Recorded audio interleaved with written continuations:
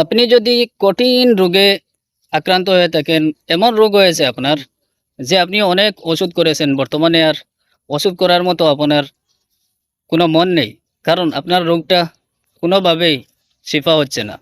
আপনি এমন একটি পরিস্থিতিতে আছেন যে এই রোগটা শিফা হবে না বলে আপনি আর একদমই নিশ্চিত। মানে আপনি আশা ছেড়ে দিয়েছেন যে আপনার যে রোগ হয়েছে এই রোগটা আর শিফা হবে না।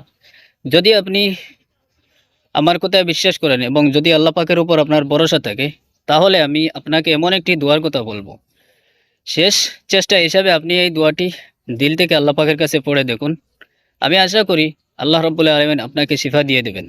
যেটা আপনারা হয়তো অনেকেই জানেন যে হযরত আইয়ুব আলাইহিস সালাম যখন রোগে আক্রান্ত হতে হতে শেষ মুহূর্তে এই দোয়া পড়েছিলেন এবং এই দোয়ার বরকতে আল্লাহ রাব্বুল আলামিন হযরত আইয়ুব আলাইহিস সালামকে শিফা দান করেছিলেন।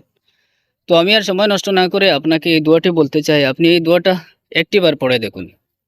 দোয়া হলো আইয়ুব আলাইহিস সালাম পড়েছিলেন, রাব্বি আন্নী মাসসানিয়াদ দুররু ওয়া আনতা আরহামুর রাহিমিন। আপনি শেষ চেষ্টা হিসাবে একটিবার পড়ে দেখুন।